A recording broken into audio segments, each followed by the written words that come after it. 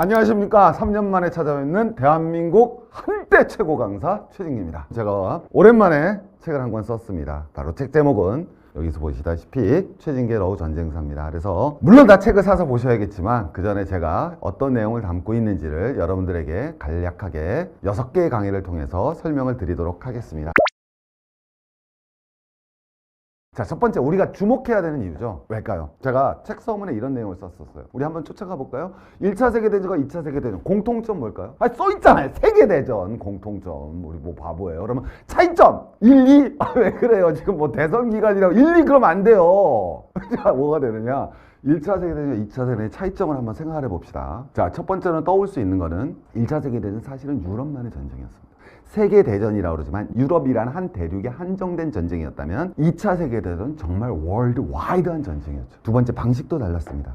1차 세계대전은 맞아요, 참호전 중심이었어요. 근데 2차 세계대전은 폼을 연 건 히틀러의 기동전이었죠. 전쟁의 성격도 달라요. 방식도 달랐어요. 무슨 성격이 달랐는가? 1차 세계대전은요, 사실 제국주의 세력 간의 식민지 쟁탈전으로 이겨진 제국주의 내부의 전쟁이었어요. 그러나 2차 세계대전은 완연히 달라졌죠. 파시즘이라는 게 등장했어요. 그래서 이 파시즘 세력과 사회주의 혹은 자본주의든 어쨌든 민주주의, 우리 사회주의도 공산주의 다 표현했지만 지금도 북한 이름에 뭐 붙어요? 인민민주주의 공화국이잖아요. 어쨌든 2차 세계대전의 형태는 파시즘 세력과 어쨌든 민주주의 세력 간의 이념 전쟁의 성격을 담고 있었던 거죠. 완전히 다른 성격이에요. 근데 더 중요한 건 뭐가 되느냐? 1차 세계대전은 전쟁이 끝나고 나서도 제가 왜 러우전에 주목해야 되는지를 말씀드린 이유가 바로 이거예요. 1차 세계대전은 전쟁이 끝나도 전후 질서가 앞하고 같았어요. 근데 2차 세계대전은 전후 질서가 완전히 바뀌어 나갔죠. 한번 볼까요? 어떻게 바뀌었는가? 첫 번째, 1차 세계대전은 전쟁이 끝나고 나도 식민지가 독립 못했죠. 근데 2차 세계대전이 끝나고 나서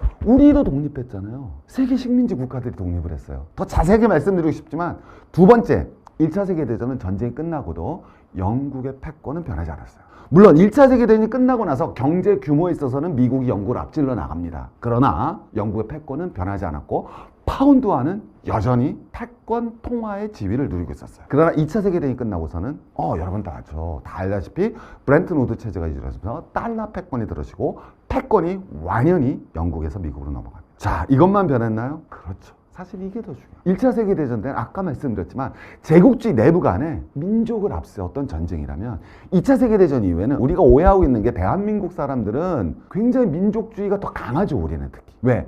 우리는 유럽의 민족주의라는 건 15세기, 16세기 나오는 거지만 우리는 2000여 년을 일본, 중국, 한국 이렇게 살아왔어요. 우리는 민족주의가 굉장히 더 내추럴하고 자연스럽게 받아들이는 거죠. 그런데 2차 세계대전이 끝나고 나서는 사실은 민족주의는 굉장히 약화됐습니다. 왜? 공산주의와 그리고 자본주의 혹은 자유주의로 대표되는 냉전 체제가 들어섰죠. 냉전은 민족보다는 이념이 앞섰던 시대입니다. 자, 이것만 바뀌었나요? 결정적으로 자본주의가 변화됐습니다. 물론 케인즈리언으로 대표되는 우리 혼합경제체제는 1930년대 공황이 덮치고 나면 등장합니다. 그죠? 루즈벨트가 우리 대공황을 갖다 극복하고자 수정자본주의를 받아들이죠. 그러나 그거는 일부 선진국, 특히 미국에 한정되어 있었다면 2차 세계대전 이후에는 자본주의 체제가 근본적으로 변해 나옵니다. 자, 여러분 이거예요. 이걸 이해하셔야 돼요. 전쟁이라는 거는 규모가 큰가 작은가도 중요하죠. 물론 전쟁을 갖다가 얘기한다는 건 되게 가슴 아픈 얘기입니다. 그러나 진짜 중요한 거는 이 전쟁이 어떤 것의 분기점이 되냐는 거죠. 한번 쫓아가 볼까요? 임진왜란과 병자호란. 자, 어떤 전쟁이? 그렇죠. 웃긴 건 임진왜란은 우리가 이겼어요. 병자호란은 삼전도 가서 우리가 굴욕을 당하죠. 패했어요. 승전과 패전이 중요한 게 아니에요. 국사 시간에 뭐라고 배웠어요? 조선을 어떻게 나눕니까? 전기 후기를. 병자호란을 기점으로 하나요? 아니죠. 임진왜란을 기점으로 합니다. 왜? 임난이 터져야 신분 제재서가 붕괴되고 임난이 터지면서 농업이 황폐화되면서 이양법이 등장하면서 경제 체제가 변하기 시작합니다. 선조가 뭐 했어요? 이빨 도망쳤잖아요. 왕권이 약화되기 시작합니다. 병자호란, 우리는 패전했지만 조선의 체제는 변하지 않았죠. 4대 중심은 더 강화되고. 또 두 번째 한번 가볼까요? 한국전쟁, 베트남전쟁. 자, 한번 쫓아가 보죠. 맞아요. 한국전쟁 우리가 했지만 한국전쟁 이후 냉전체제는 변하지 않았어요. 오히려 냉전체제는 들어오기 시작하고 공고화되죠. 그러나 베트남 전쟁이라는 건 우리 다 알잖아요. 요새는 여러분 예전에 비해서 우리 경제적 인식도가 높아졌잖아요. 우리 맨날 배웁니다. 베트남 전쟁이 터지고 나서 미국이 막대한 전비를 지출하게 되자 이에 미국은 달러를 갖다 바꿔주는 브렌튼 우드 체제를 갖다 계속 유지할 수 없었다. 그래서 닉슨 쇼크가 나와서 달러 체제가 변화하면서 오일 쇼크가 터지고 세상이 변한 것은 베트남 전쟁입니다. 그리고 문화적으로도 바로 반전 문화라는 것이 서구에 등장하게 되죠. 이전엔 반전 문화라는 게 그렇게 대단한 문화가 아니었어요. 반전이 하나의 문화가 되는 겁니다. 그러니까 우리가 주목해야 될 건 이거라는 거예요. 세 번째, 나폴레옹 전쟁, 보블 전쟁. 저 전쟁의 결과 유럽의 헤게모니 국가가 변했어요. 나폴레옹 전쟁 때는 유럽의 헤게모니 국가가 프랑스였다면 보블 전쟁을 통해서 유럽의 헤게모니 국가는 독일로 넘어갑니다. 그러나 보블 전쟁은 헤게모니 국가가 프랑스에서 독일로 바꾼 것에 불과하지만 나폴레옹 전쟁은 그게 아니잖아요. 우리 교과서에 다 배웠죠. 프랑스의 혁명의 이념을 전 유럽으로 전파시켰다. 그래서 우리가 주목해야 될 건 마지막! 옛날에 로마와 카르타고가 연락이 싸웠어요. 한니발 아저씨가 우리가 뭐예요? 수차례에 걸쳐서 스페인에서 돌아가지고 로마를 진격하고 전쟁세 얼마나 재밌는 얘기입니까? 그러나 로마 카르타고의 전쟁은 지중해를 둘러싼 패권 헤게모니 전쟁이에요. 하지만 그리스 페르시아 전쟁은 달랐죠. 드디어 동서문화와 문명이 만나면서 심지어 우리 석굴암에까지 영향을 미치는 헬레니즘 문화가 이제 석굴암 하니까 이해하시는구나. 네. 그래서 여러분 주목해야 된다는 거예요. 그러면 도대체 왜 우리가 러우전에 주목해야 되느냐? 이 전쟁은요, 사실상 2차 세계대전 이후에 한국전쟁, 베트남 전쟁을 그것 포함해서라도 그 못지않게 많은 사상자를 낸 전쟁입니다. 그죠? 100년 동안 2차 세계대전이 끝나고 나서 가장 큰 전쟁 3개를 꼽으라면 한국전쟁, 베트남 전쟁, 러우전일 거예요. 근데 그 규모보다 더 중요한 건 우리 2차 세계대전 이후에 세계 질서를 어떻게 구분할 수 있어요? 기본적으로 첫 번째, 콜드워, 냉전시대가 들어왔죠. 두 번째, 1989년 베를린 장벽이 붕괴되고 91년 구소련이 붕괴됩니다. 그리고 우리에게 날아온 건 단일 미국 헤게모니에 의한 탈냉전 시대였죠. 자, 탈냉전에 조정을 울린 가장 대표적인 사건으로 우리는 러우전을 꼽을 수 있을 겁니다. 그래서 우리는 러우전에 주목을 해요. 저 러우전은 미국 단일 헤게모니라는 탈냉전을 이끌었던 가장 중심축을 무너뜨렸습니다. 그래서 뒤에서 우리가 더 자세하게 다루고 사실은 이게 제 책의 뒤에 나와 있는 결말인데 안보적인 측면에서는 자국 안보 중심주의라는 것이 보다 본격화되고 그리고 경제적으로는 양극체제라는 쉽게 얘기하면 미국 패권 경제에 여전히 같이 가는 국가와 그렇지 않는 국가로 나누어지는 결정적 분기점을 만들게 됐어요. 그리고 정치적으로는 신권위주의. 여러분 지금 한번 돌아보십시오. 사실 좀 마음이 아픈데 왜? 저는 1980년대 시대 때 있었던 유럽의 지도자들과 지금 있는 유럽의 지도자들을 비교해 봤을 때 1980년대는 저는 그분들을 좋아하지는 않지만 어쨌든 미국은 레이건이고 영국은 대처였어요. 독일은 통통이 아저씨 콜이었고요. 지금 우리 한번 생각해 보세요. 트럼프 전에 바이든 아저씨. 영국은 누군지도 몰라. 보리스 존슨. 제가 말씀드리고 싶은 거는 심지어 미국이란 민주주의 국가에 트럼프라는 대통령이 미국은 민주주의일지 모르지만 권위주의적이잖아요. 그렇지 않나요? 자, 그래서 지금 이 시대는 러우전을 기점으로 해서 탈냉전이 붕괴되고 새로운 실질서가 안착되는 시대로 변했다. 그래서 우리는 러우전에 주목해야 됩니다. 그래서 왜 러우전이 일어났으며 이 전쟁 과정이 어떠했으며 이것이 끝난 새로운 신질서는 어떻게 재편될 것인가를 봐야 됩니다. 제가 여러분 이 책에서 소개시켜드리고 싶었던 내용이 바로 여기에 담겨져 있습니다. 참 이게 쉽지 않은 문제입니다. 왜냐하면 굉장히 사실은 예민한 문제거든요. 왜냐면 우리 한국전쟁, 우리에게도 참 민족 동종산잔의 비극이 있었잖아요. 그래서 한국전쟁 때도 사실 논란이 많이 돼서 굉장히 조심스럽게 다뤄야 될 문제긴 합니다. 자, 전쟁이 왜 발생했는가? 근데 사실 왜 이 문제가 발생하냐면 전쟁처럼 제3자의 습장이 쓰기 어려운 사회적 현상이 됩니다. 차라리 대선은 제3자의 습정에 쓸 수 있어요. 너 1번이야 2번이야? 아니야 나 3번. 3번 안 붙구나 우리가. 자, 여러분 뭐가 돼요? 제3자의 습장에 쓰는 것이 굉장히 중요한데 전쟁이라는 거는 극한의 대립이죠. 왜? 싸움의 당사자는 자기가 잘못했다는 생각을 할 수가 없습니다. 맞죠? 자, 근데 어쨌든 이 전쟁에서 가장 중요한 거는 어쨌든 전쟁은 2022년 2월 24일 러시아가 우크라이나를 쳐들어가면서 발생합니다. 그건 분명히 객관적인 사실입니다. 자, 그러면 이 전쟁에서 바라보는 전쟁의 발발 원인은 둘. 우리 교실을 생각해 보면 되죠. A란 친구와 B란 친구 쌀이기를 날렸어요. 그럼 B란 친구는 일단 뭐라고 생각합니까? A 왜? 먼저 선빵 날렸으니까. 자, 이게 우크라이나와 미국의 제일 대표적인 견해죠. 바로 뭐예요? 선제적 침략론입니다. 반면 때린 사람은 뭐라 그래요? 야, 네가 날 때리게 했잖아. 야, 돈도 안 받고 내 여자친구도 뺏어가고. 그거 진짜 맞을만 하네요. 자, 이건 두 번째 뭐가 되겠어요? 침략 유도론이죠. 근데 제가 말씀드리고 싶은 거는 저 하나의 입장을 우리가 따랐을 때는 사실은 러우전에 대해서 객관적인 발발 원인을 알아내긴 어렵다라는 거예요. 자, 첫 번째 한번 가볼게요. 선제적 침략론, 저거는 현대사에선 굉장히 더 중요한 겁니다. 왜? 먼저 때렸다는 거는 분명히 도덕적 비난의 대상이죠. 만약에 ICC에 제소가 된다면 분명히 처벌받아야 될, 그래서 실제로 여러분 뭐가 됐어요, 여러분? 뿌틴이 지금 ICC에 여러분 제소되어 있지 않습니까? 자, 그런데 제가 말씀드리고 싶은 거는 페르시아 전쟁은 누가 먼저 쳐들어갔어요? 우리 지금 그걸 할 때 그렇게 얘기하는 사람 없죠. 야, 페르시아 전쟁, 페르시아가 먼저 그리스 쳐들어갔으니까 페르시아라고 얘기하는 사람 없어. 그럼 십자군 전쟁은 누가 쳐들어갔어? 가만히 생각해볼까? 우리 서구이 십자군이 먼저 쳐들어갔네? 이 전쟁 우리 나쁜 이러지 않죠, 서구의 어떤 사람들이. 그러니까 오랜 시간이 지나면 사실은 선제 누가 먼저 쳐들어갔는가는 굉장히 부차적 문제가 됩니다. 왜 그러느냐?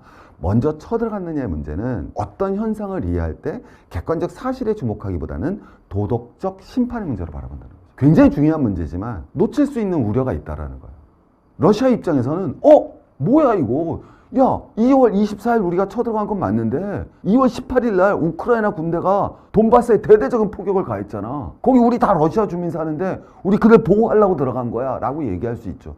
오히려 니네가 먼저 깠잖아 라고 얘기할 수 있습니다. 페르시아 전쟁은 그러지 않았나요? 페르시아가 먼저 쳐들어갔지만 이오니아 지방에 그리스가 원군을 보냈잖아요. 반란군들에 대해서. 십자군 전쟁은 그러지 않았습니까? 우노바르 2세가 끌레르몽 해에서 야!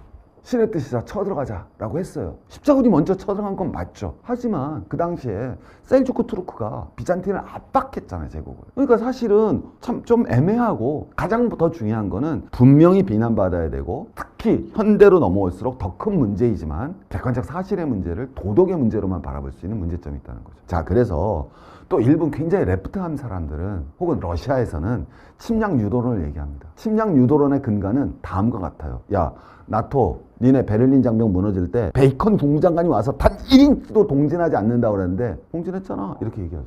야, 우크라이나 유로 마이든 혁명할 때 2014년이죠. 야, 네오컨 룰랜드 와가지고 돈 풀고 니네 서방이 배후 조종해서 쿠데타 일어났잖아. 저게 무슨 혁명이야 이렇게 얘기할 수도 있죠. 그리고 돈바스 지역을 니네가 탄압하니까 우리가 들어갔잖아 라고도 얘기합니다. 근데 사실은 이 문제도 이 관점도 제 입장에서는 굉장한 문제를 가집니다. 왜? 나토의 동진 문제를 설명할 때도 굉장히 재밌어요. 나토가 동진을 하거든요. 그래서 동유럽 대부분의 국가가 나토에 지금 가입되어 있습니다. 자, 여러분 보세요.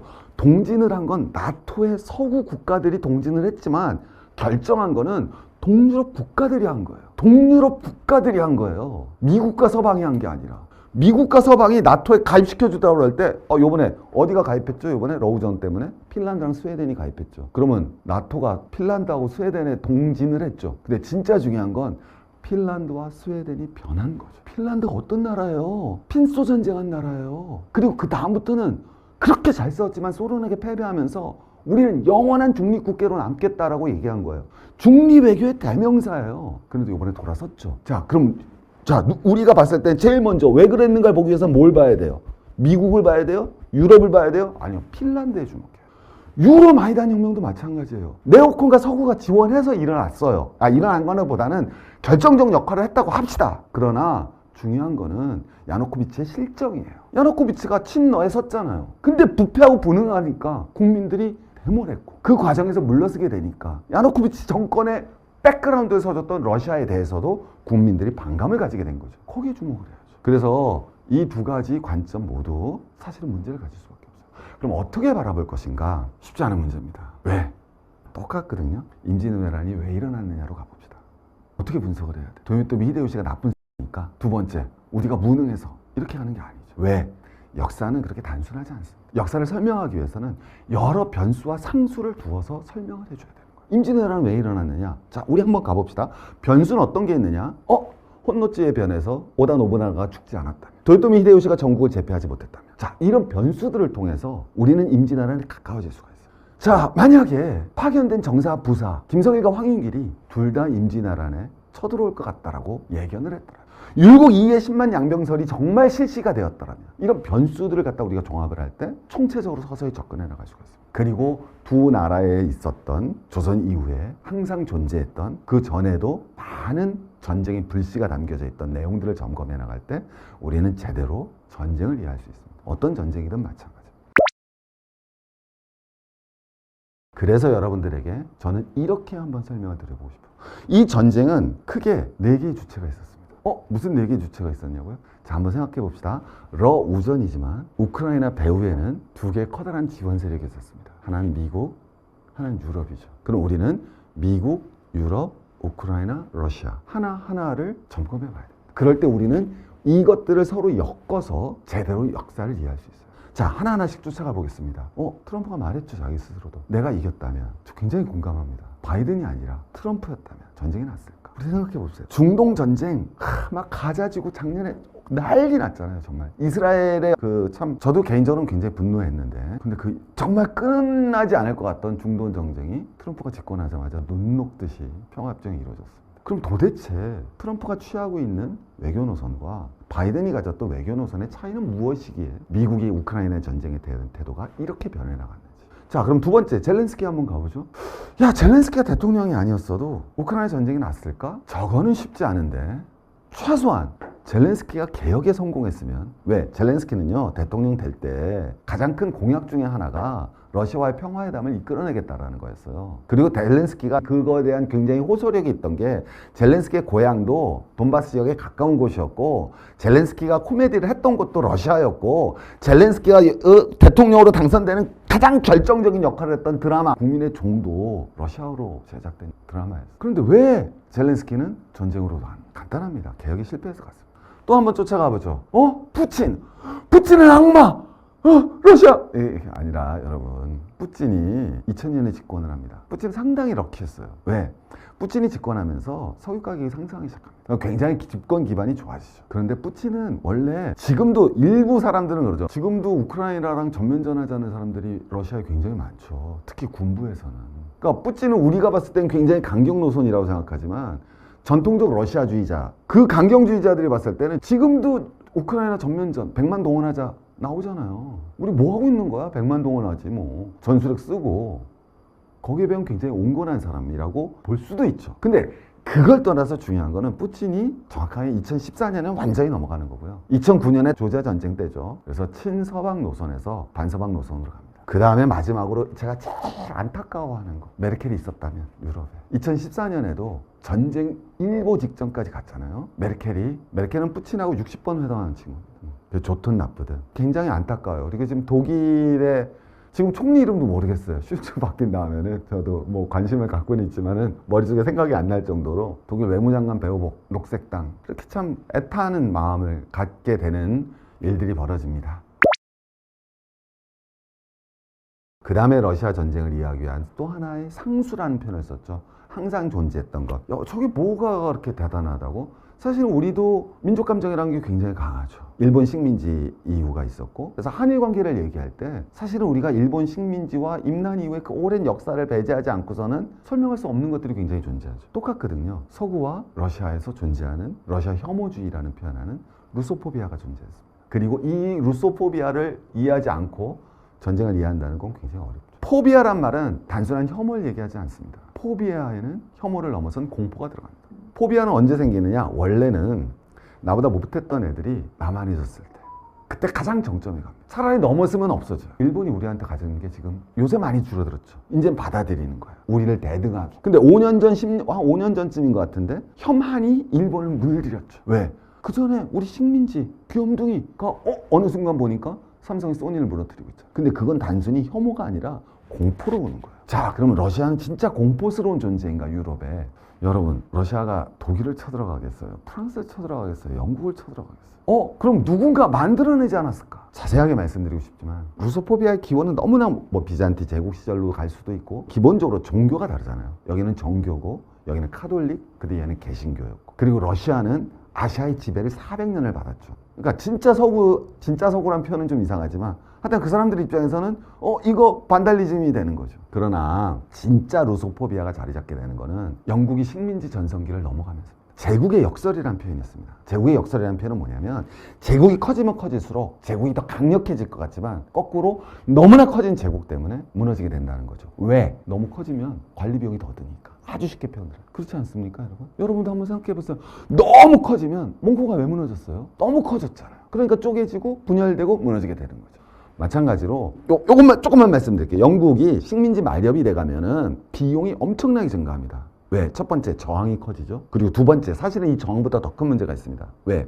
식민지가 잘 되게 되면은 모든 자원이 들어옵니다. 우리 자원의 역설이라고 부르죠. 그리고 그 나라 화폐가 기축통화가 됩니다. 기축통화가 되면 우리 가짜 돈을 만들 수 있는 시누리지 효과가 발생을 하죠. 그러나 반면에 그로 인해서 화폐 가치가 평가절상되고 이에 따라 산업의 붕괴가 형성이 됩니다. 그리고 더 중요한 거, 식민지가 커지면 커질수록 로마를 생각해 보시면 됩니다. 공화정에서 왕정으로 가죠. 황제정으로 가죠, 정확하게. 그 말은 사회의 빈부격차가 커진다. 그로 인해서 제국은 무너지게 됩니다. 그런데 제일 재밌는 거는 이 제국 안에서도 노동자, 농민은 안 좋아요. 왜? 영국 생각해 봅시다. 식민지에서 값싼 농산물 오니까 농민이 왜 좋아요? 또 식민지에서 값싼 농산물이 오니까 월급은 어떻게 되겠습니까? 올라가지가 않죠. 노동자가 왜 좋아요? 좋은 사람 누가 좋겠습니까? 군인, 관료, 귀족, 일부 자본가. 자, 그런데 관리 비용이 점점 증가. 초기에 제국주의자들은 그 나라의 영웅이에요. 어쨌든 콜럼버스 생각하면 됩니다. 지금은 뭐 원주민 학살하는 사람이니 뭐라고 하더라도 용감하고 리더십이고 개척자예요. 그런데 그거는 제국이 확장될 때, 제국 확장이 끝나면 반동 세력이 되는 거예요. 그럼 이 반동 세력이 뭘 하고 싶어요? 자기의 권력을 계속 유지하고 제국주의 확장을 계속 진행을 해놔야만 권리가 보장받죠. 그러면 가상의 적을 끌어들여요. 그 가상의 적이 바로 러시아였어요. 근데 가만히 생각해보면 19세기 말에 러시아는 이제 산업혁명한 나라예요. 함정 하나 없었던 나라에 제대로 된. 여기까지 해서 루소포비아를 만들어냅니다. 이 루소포비아를 이해하지. 그럼 루소포비아를 이해하면 왜? 여러분, 이 러우전에서 유럽 국가 중에서 가장 러시아에게 공격적 태도를 보인 나라가 어디입니까? 영국.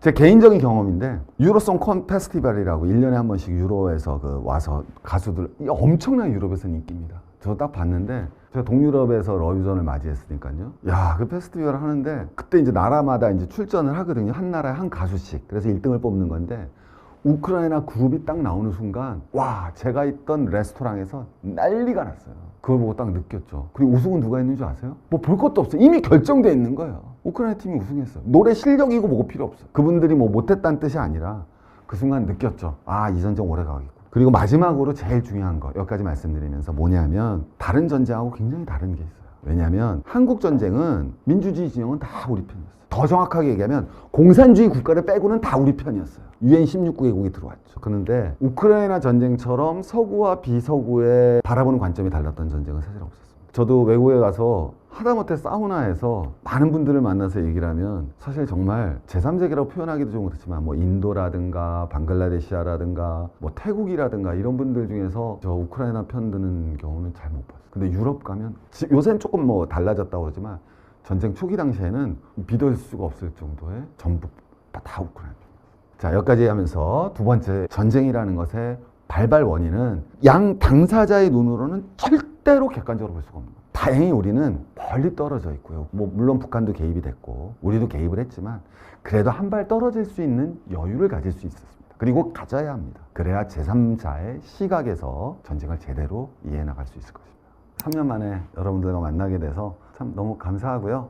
어쨌든 제가 여러분들께 말씀드릴 수 있는 거는 제가 다시 활동을 뭐 하겠다 이런 건지는 모르겠고요. 제가 여러분들과 책을 통해서는 다음 책도 지금 이미 들어가고 있고요. 그래서 작가로서 여러분과 계속적인 만남을 가져 나가도록 하겠습니다. 여러분, 제가 광고하려고 나온 그런 게 아니라 이렇게 추천드리고 싶었던 책은 좀 없었던 것 같아요. 제가 오랜 기간 동안 관심을 갖고, 그리고 이제 좀 안타까운 거는 러우전에 종전 기자 한 명 없는 나라죠.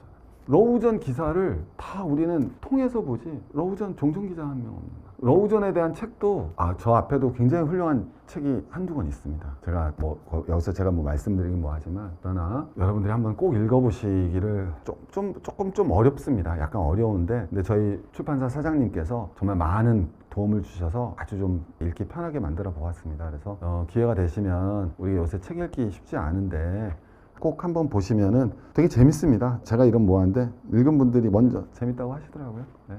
꼭 한번 일독을 권해드리도록 하겠습니다. 너무 오늘 감사하고요. 또 뵙도록 하겠습니다. 감사합니다.